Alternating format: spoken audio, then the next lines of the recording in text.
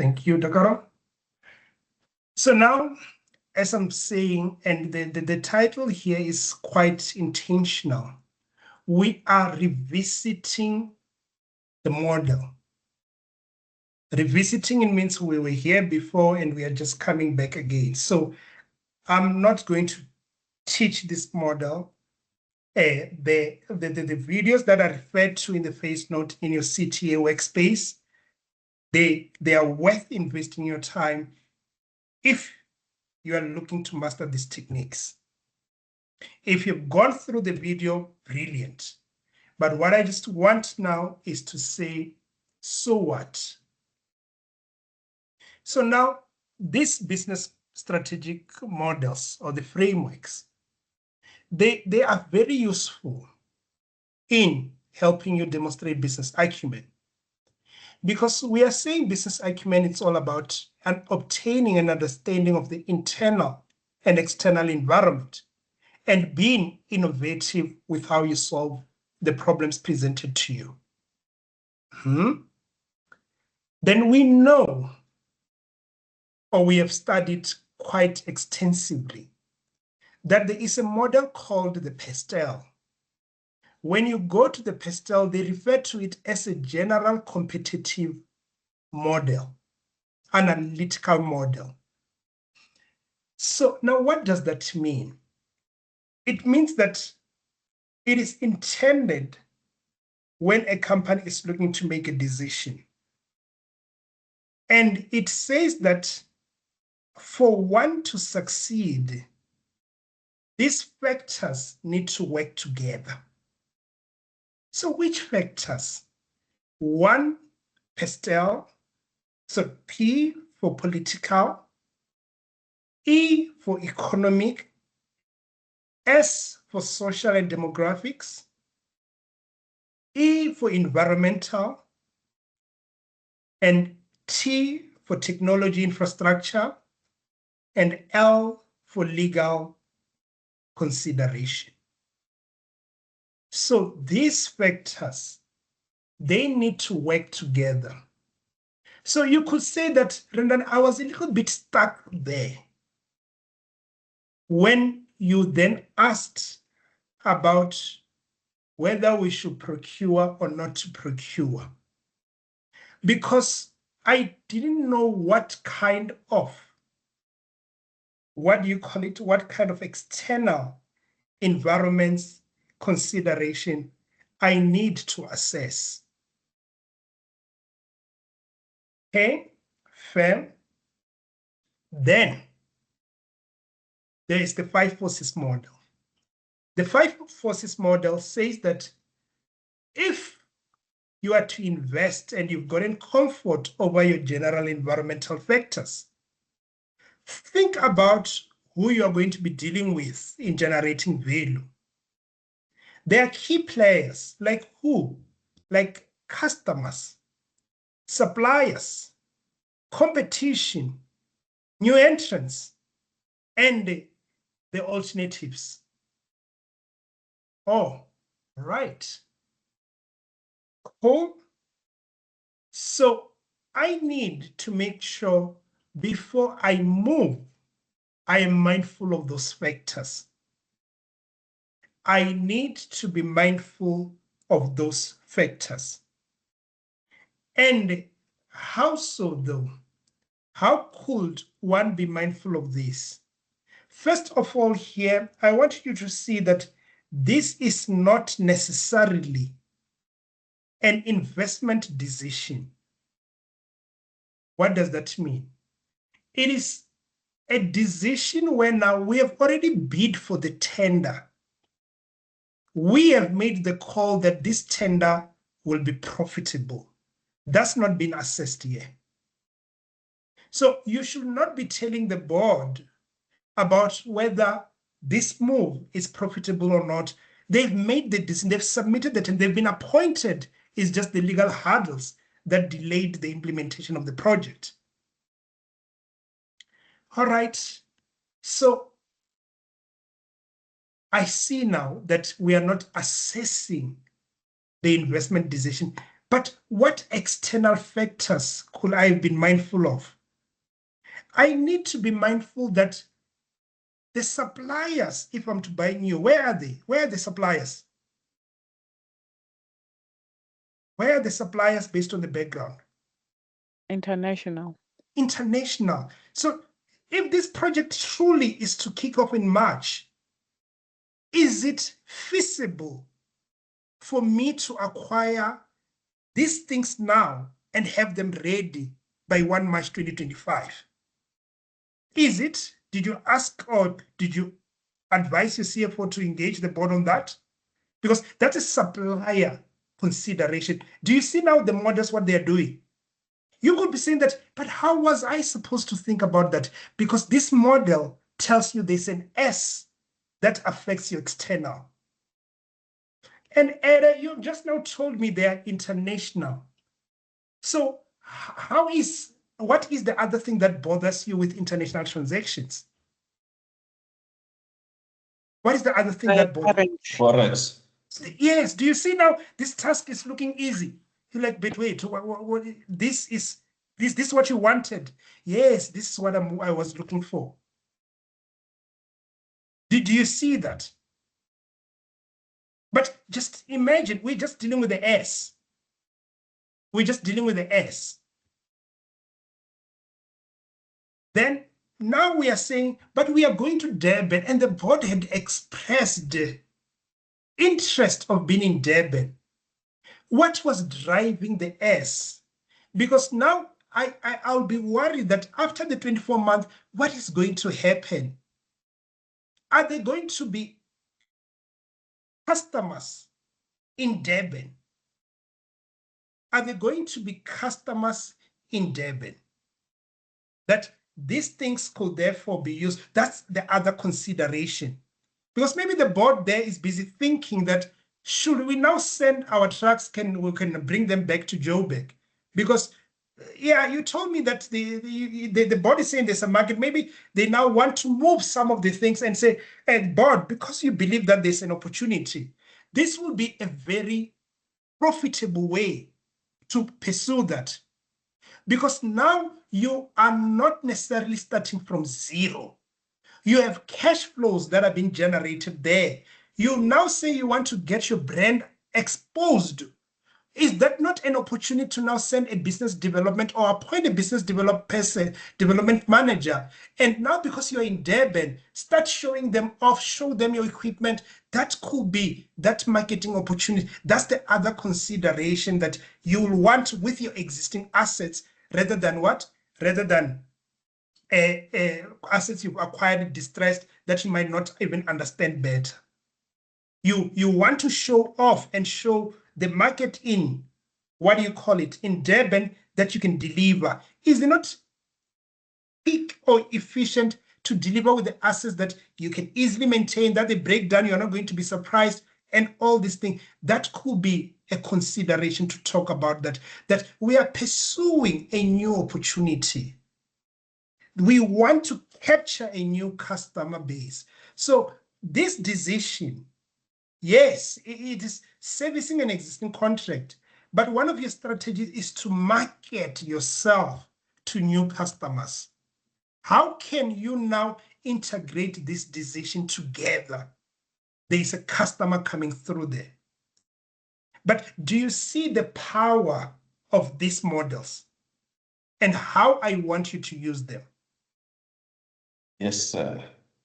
So it is not because, and I'm going to caution against this. And I didn't know that candidates were doing this. And I had to caution the candidate going into APC last year because she then had a table and she was just doing the analysis and saying that Pastel, political, she writes, thingy, she writes.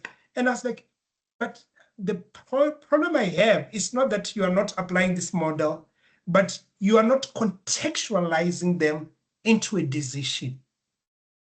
I want you in your analysis to either add a third column and say, how does this apply to decision-facing VLA? And if you are able to fill in that extra column, now you are using these models correctly. So when we were doing SEMA, I don't know whether they still advise that. We were told the first thing you need to do is to reproduce your SWOT analysis. It was an annexure to the report that I was going to send to the board. Like I used to love that guidance and I applied it. I gave them that SWOT analysis and I say, board, the things I'm talking about is supported by the SWOT analysis attached in Annexure X. And so there were those things that you needed to have that.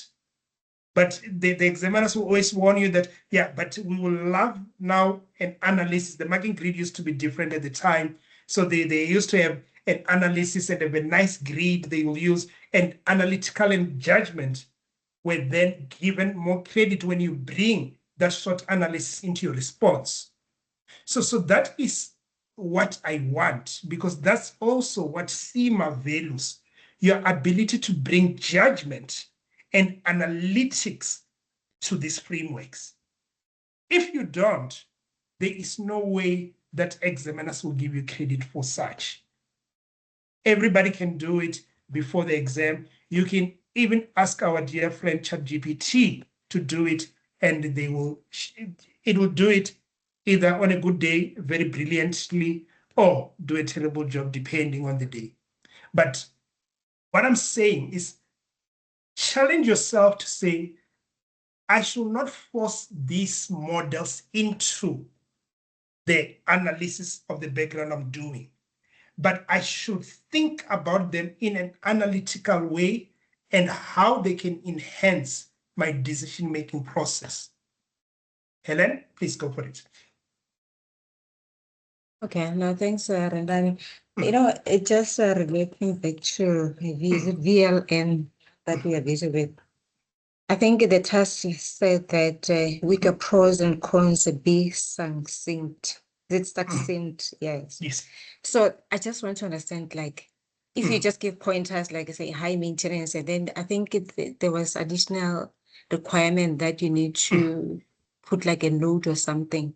Yes, so on yes, a yes. table, like you just say, okay, high maintenance cost or high capital cost, and on your notes, that's where you just describe like what is it that you 100%. want to say? Is that a point? Just want to Yeah, understand that. so that is the expectation. And the reason for that, I've seen candidates that it was not clear whether they forgot the task, but they have very highly worded slides. They will be writing points like sentences in slides. I was like, no, I don't think the bots do that. I know, and even not bots, but people, I don't think they like that in PowerPoint. So then I will say high maintenance, and as you say, high capital outlay. Great. Now talk to me about that, Helen. Then speaker notes. You then expand on that point. That was the expectation.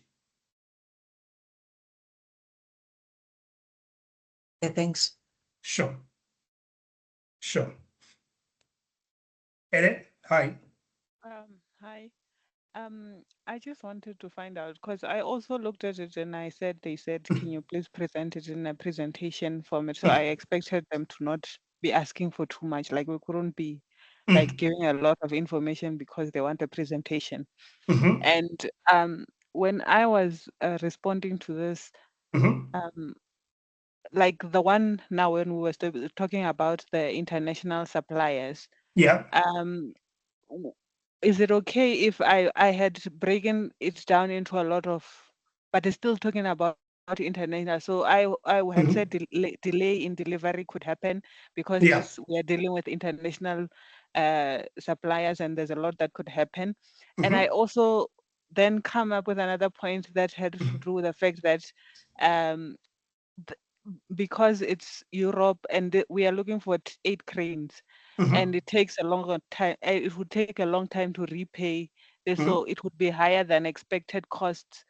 That's another point. So, or do I need to just put it under one bracket and say international supply, and then put down the late delivery cost could be higher than expected and all that? Yes, the answer I'm going to give might be just what I like but might not necessarily be the correct one. Because one could say, you could have said, and cons for buying new, that acquisition from international suppliers. Then leave it there. Okay. Then go down, and now when you're explaining in the speaker notes, and say, because it's international supplier, I foresee the risk with delayed delivery. I foresee the risk with forex exchange, because those are like clear points, right? I don't think they require further explanation in themselves to say there could be currency risk, there could be delays in delivery because of whatever shipping and all these things. And even the ports themselves are in shambles from what we're hearing. But what then if you get then say my model response, and I've got forex as a con, I've got delays in delivery as a con, I'm not going to penalize you if you just say international supplier, but explain the points there. It is just a matter of preference. All right, thank you. Yeah. Sorry, just on that one, Rendani. So Go for if I'm it. saying there's a risk of currency, a risk of foreign currency, if I leave it there, and then the CFO, like I'm taking as if the CFO will be presenting what I'm giving to the board. 100%. So if I've got an HR person there, she will be like, what's happening now with the foreign risk? But if I'm saying there's a currency risk, which might result in financial loss, I think it's much more covering everyone that will be sitting in that audience. Would it be maybe, it's not, I don't think it's long, but you are saying the impact of the risk, just to be concise shortly so that anyone can just actually see what is the impact of that currency risk. Yeah, Linda, you sound like you still want to be in that board meeting. Do you not trust your CFO to unpack that point on her own? Because remember, she's the one presenting. So for me, it's a balance between the two. Okay. So I like the fact that you're considering the audience, but it has to not be an overkill. Because I'm thinking that it's not the first time you are acquiring from Europe. You do this as part of your business model. Do you understand? In some cases, it could be just a decision that now requires you to have international supplier, and one might not understand it. In my mind, I'm saying that, but the audience, if they say they're part of the board and this is part of their business model, that we acquired this thing new from European and American suppliers, how can there be a board member that has not been oriented on the risk that we face? Because it should be part of our general risk register. So I think then it would be safe to leave it as if I'm speaking to the CFO and then he will explain it further. Yeah, but you need to have the confidence that the point does not need further unpacking. To the person who knows accounting, basically. Yeah. Because even the point about there could be delays, and I might be sitting there and say, why though? Why do you say there could be delays? What could cause a delay? Because we're talking about a 6-week project. Do you see now? One could say because, to just further clarify that. Okay. Because the time is short between the tender and so forth. Yes. Okay. Okay. We'll try to. So that is that judgment that you need to apply, that how far do I need to unpack this point? Okay. Thank you. Sure. One, Monica, yes. Good afternoon, Rendani. Good afternoon, colleagues. Yeah, it's such an eye-opening session. I want to ask, while this we are on foreign currency risk, will I get a point if I also recommend hedging the transaction? Interesting. So I'll admit that I didn't go as far as them, but sometimes what you can find we do see it sometimes in risk management questions and in strategy, that there's usually an HLA to say that if a candidate identifies the risks and suggests mitigants for the board, then let's give them credit. So that for me, because it's not specifically required, or you think about it as an other consideration, it would be that particular way that us as the marking or the exam setting team, we will need to align. But if you do that, because now the board is a problem, the board is saying, should we do this or that? And you're now saying that, but there is this international supplier problem. And in my mind, this can be overcome this way. One, let's do what? Let's make sure from a Forex perspective, let's hedge.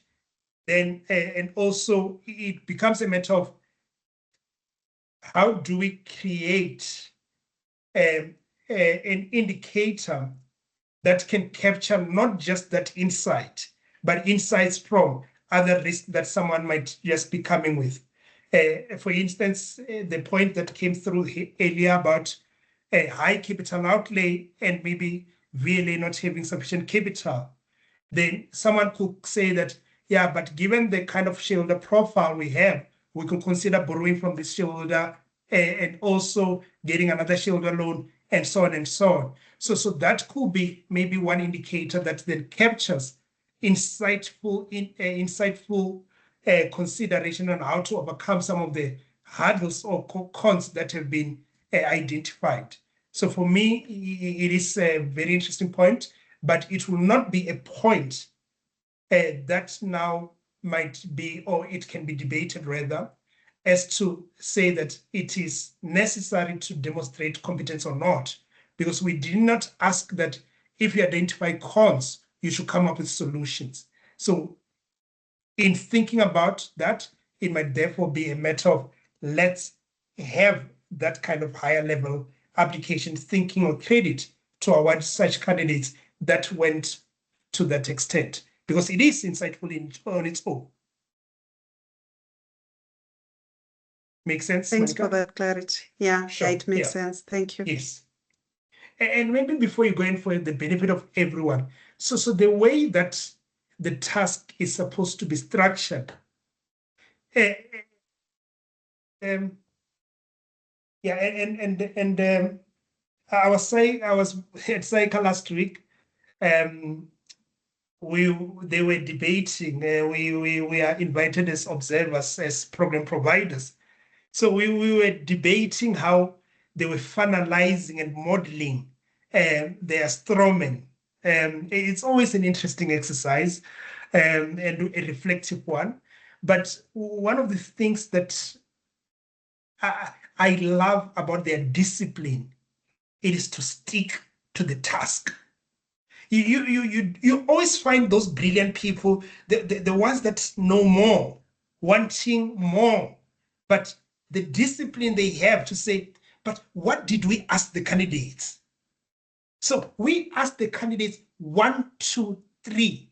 So the measure of competence should be limited to that. Anything else that we can agree with, like as the marking team, we are going to think about how we give credit for it. But it should not be a situation where now we get overly excited and say, oh, Monica is now coming up with risk. Let's now say any candidate that does not come up with how to overcome risk cannot be a C. That would be ridiculous. We didn't ask for that. So being mindful of the task, and you're going to work through it so much during the year. Being mindful of the given task then goes what? It's something that we will always stress that don't miss the task. Don't miss the task. Don't go overboard. Going overboard, it's risky for your time management.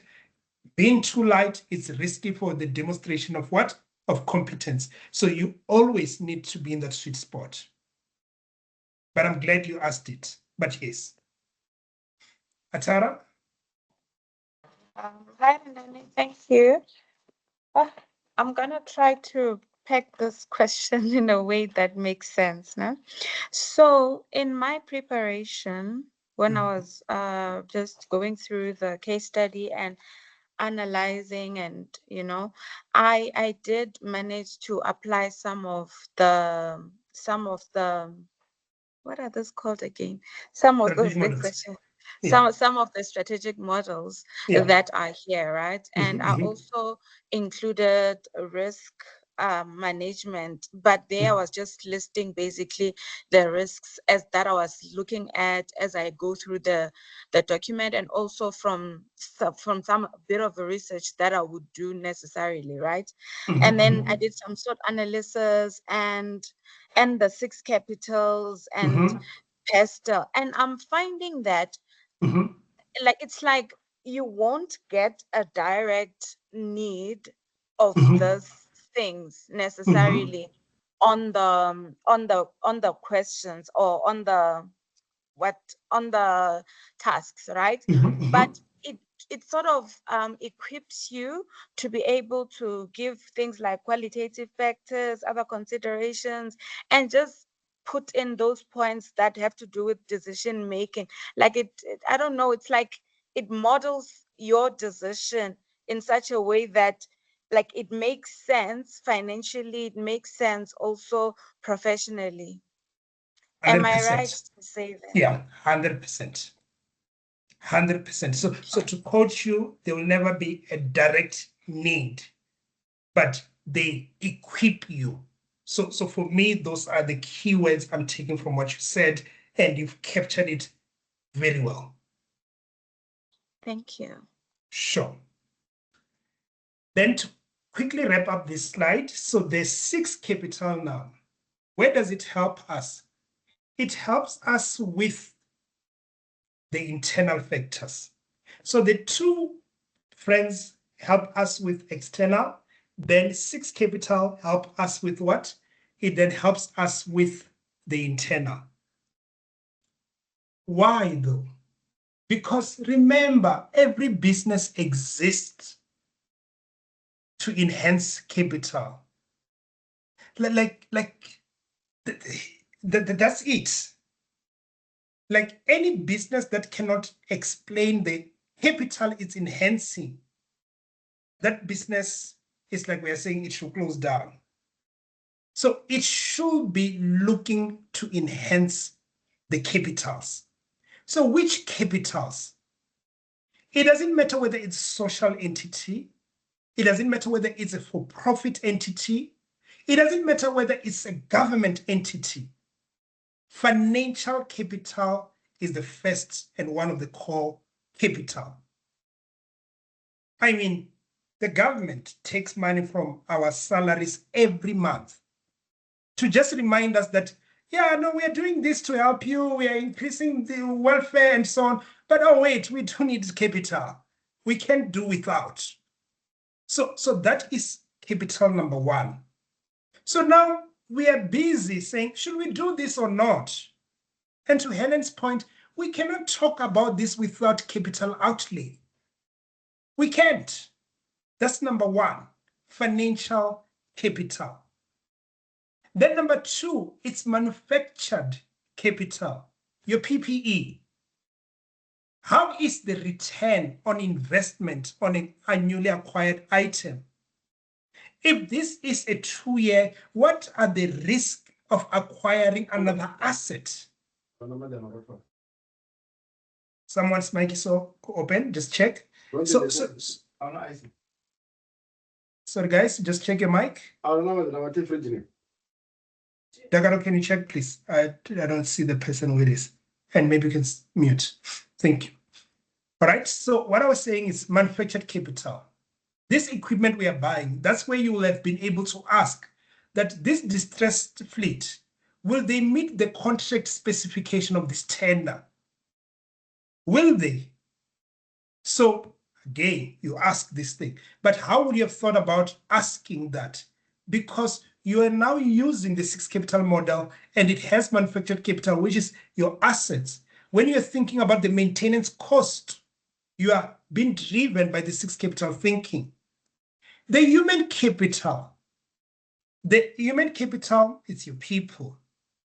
Intellectual capital, social and relationship capital, and lastly, the natural capital. The natural capital. So that's one of the things that we are saying you need to be mindful of.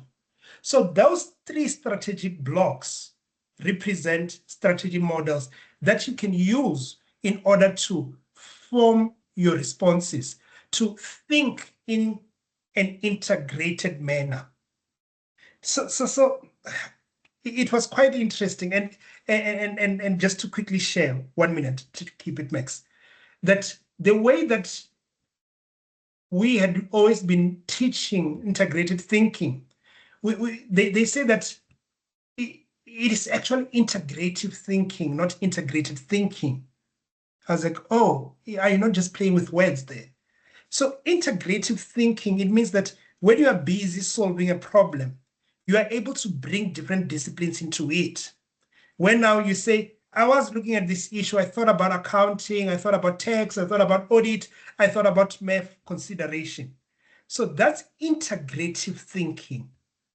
But what is therefore integrated thinking? Integrated thinking is the bubble. And it was Saika that was clarifying to people that you guys, you tell people when you're integrating modules, that's integrated thinking. No, it's not. Integrated thinking requires a holistic approach. Think about your ethics. Think about your values as a professional. Think about business acumen.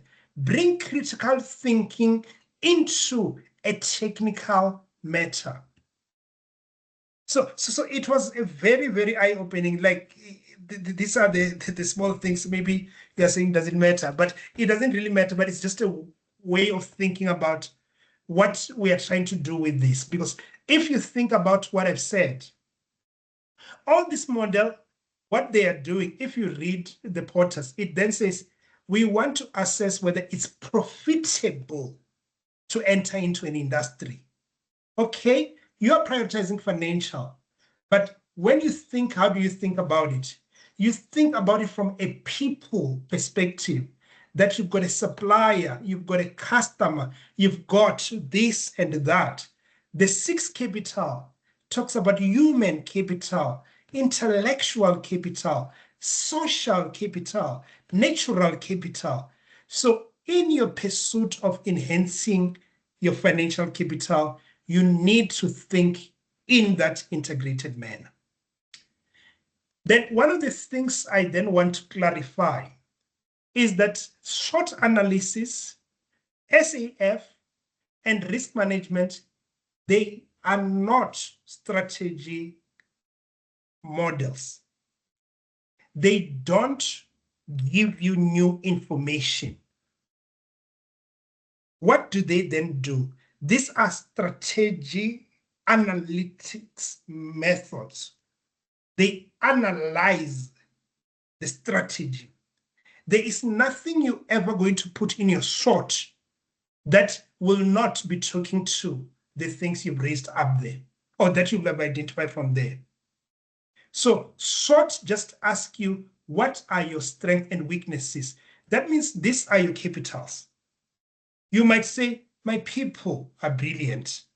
You might say, we've got a good portfolio of brands.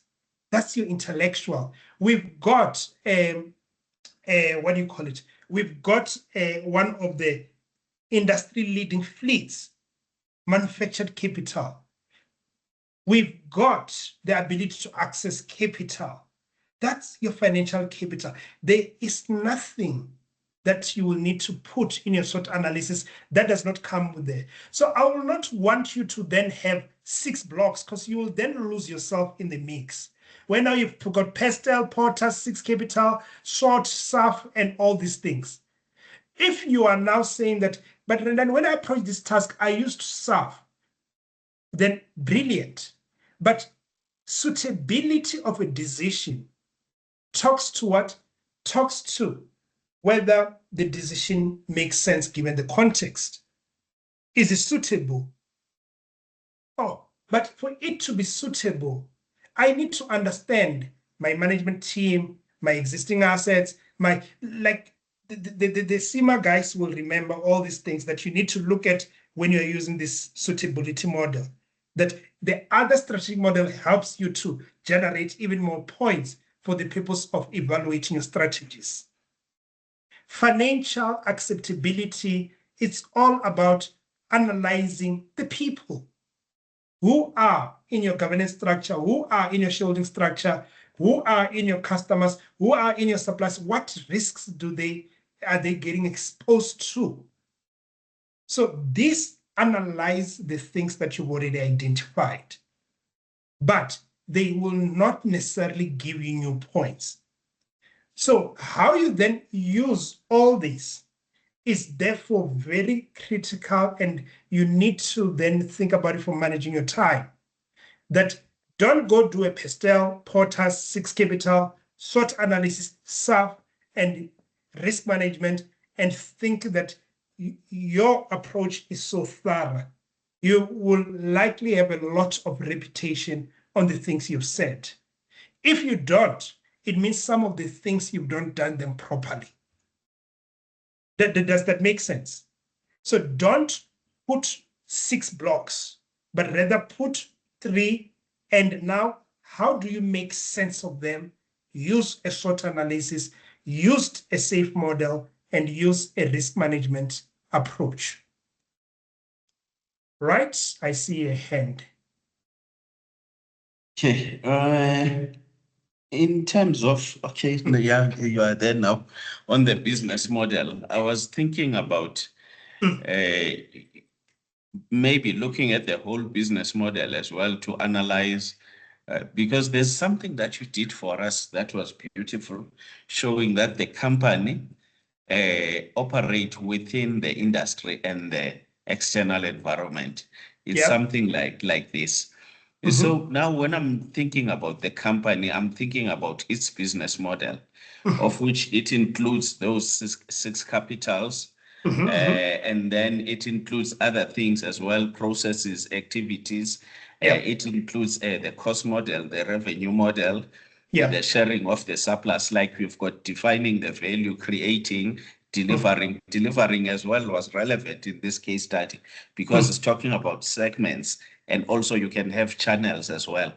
So when I'm looking at probably here, taking the Potter's model, there's another one that is nice as well, but it's captured in what you are saying. So I was thinking about that pastel, the diamond model, which will help you with the industry sort of, and then the business model as a whole, which will capture what is happening in the entity. Would I be totally out of it if I take the business model as a whole and looking what is relevant in the analysis and the impact on creating a value or making the company to perform? Yeah, so for me, remember what I was saying that about this model, that you will not necessarily be missing the mark, but it becomes a matter of what Atara was saying.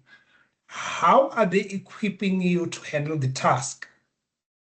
Did you understand? Because the fear I always have is the more you know here can be a little bit dangerous because it might make you do a lot more. So the discipline I want you to have is, so what? How am I going to attend to a particular task? What, when I'm busy reading, this context seems to have been triggered as a possible strategy that may be pursued? Have I then considered the use of this model to help me better grasp or to better outline the factors that might need to be dealt with here? So for me, that link, don't ever lose it. Okay, so it's the relevance on what we are doing, basically. 100%. Okay, thanks. Yeah. Thanks. Sure. MK, I see you found yourself. Thank you. Welcome. I would think that if you... Thank you. I think I'm a bit behind, so I might need to catch up. No worries, no worries, Thank no you. worries. Sure. So I would think if you are looking at international suppliers and the much the delivery, also consider how the goods of the port business location, thinking of the transit. Yes, indeed. And that will be technology and infrastructure, right? So in the T, because now it affects everyone. Because, and why is it important as affecting everyone? Because it means that there might be a queue of other suppliers. Remember, there was a time where they were saying that there were ships that could not offload, that were parked at or docked at the Durban port. And I was like, sure, where are the accountants to do an NPV calculation of the, or the relevant costing calculation of the loss being made when they were sitting there on a daily basis? So all these things are very important, that you are literally going to see your thing there, and you'll have to explain that, guys, I can meet a deadline of 1 March because that thing, you need it. And the question is, can you accelerate it, or there's a process, but that will be outside the case study kind of thinking. But that's what probably the board can do. All right. Then now, what are we saying? So we are saying that another model you can look at is for me, this 6 capital, and this value creation process really captures it well. Those 6 capital, they start as blue to say that every business, it needs them. It does need them.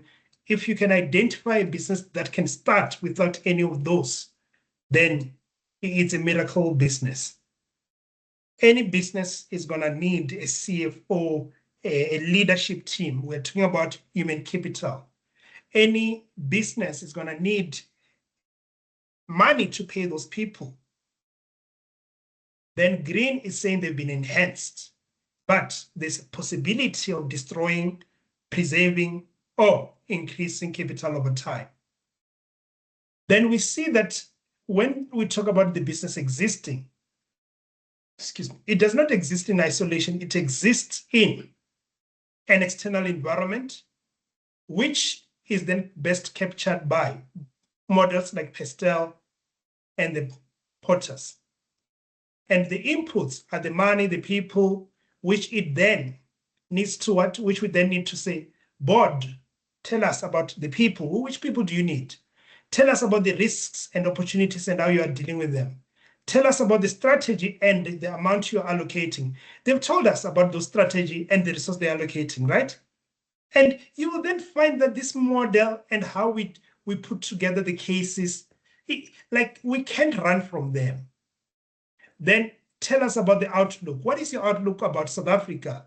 We have confidence in South Africa. Oh, tell us about what you have done. Oh, we see that you are operating at high utilization and they've been declining over time. Oh, yes, it seems we've got a problem. But now we are saying, before you tell me about what is it that we are doing, are we in the right space? Are we in the right space? And I think this can apply to personnel, that be in the right space first before you even talk about these things. Identify the risk and opportunity, allocate your time, have a strategy, have an outlook of why this CA designation can do for you, and evaluate your performance. So all these things then affect the business on a high level, but they get in. What is the work expected of you? Do the work. Read the face note. Read the background. Attempt the task. What is the output of that? You are now able to produce a task that meets the 9 competency framework. What is the outcome? The outcome is a C outcome. So that is how value is created, regardless of the context you are looking into. This is such a beautiful model. Will you not say? Is it not beautiful? Like, this always blows me away. What do you think? Do you find it beautiful as well? It is beautiful. I'm also seeing the integration there. When you look at your assets, when you look at your financing, your accounting standards are there, your revenue model, cost model, all of that. If it was church, I would say that insight comes from the above. But because now we are here, I'm going to say that insight comes from SAICA, because the IAC, it's now reshaped. Like, this is it. So we are reworking the video. So come March, you're going to see how the CTA space looks like, because now SAICA has remodeled their syllabus to look like this. When we talk about IAC, they now identify where all those disciplines fall in. And now they've expanded them to say, no, it's not 4 disciplines, it's actually 8. So let's unpack them. So such a beautiful thing, eh? But we are working through those videos. So it's such a nice journey. I'm enjoying it, because when they talk about the outcomes being produced, they say that's where auditing comes in. Because auditing comes in after the value has been created to verify whether there's value. What did we find with Steinhoff? They came in, there's like, no, guys, you say this thing is worth 200 billion. There's no value here. Then the share price tanked 90%. So that is what the auditors do. And the way they then presented it in a value creation model is such a beautiful thing. So you are connected with them, Linda. That's what the point is there. Right. Let's get to it. Where is it? Dagoro, please stop and pick it up from here again. Oh, I see Monica. Monica, go for it. Yeah, it's quite interesting. Just for interest sake, is it the same with ICAS? Yes, it is. It is. So those workshops that they were doing last year, they were unpacking this. So ICAS and ICANN, that's where they are. Because now everybody wrote this new IAC. As in everybody, I mean, Eswatini, Namibia, Zimbabwe, as well as South Africa, and Lesotho. Lesotho, right? I forgot about Lesotho. Lesotho, right? IAC. But yeah, they all wrote this. So this, it's been what they were referring to as CA 2025, but now they are now calling it CA of the Future Competency Framework. So that's the one we adopt even in the APC, because you are now those chartered accountants that they're envisioning. So yeah. DK, did you come right? Just to confirm. If you can stop and re-record from here.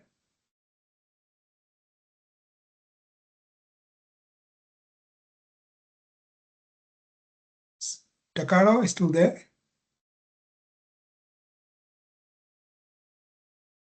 Right, who is this man? Let me stop recording.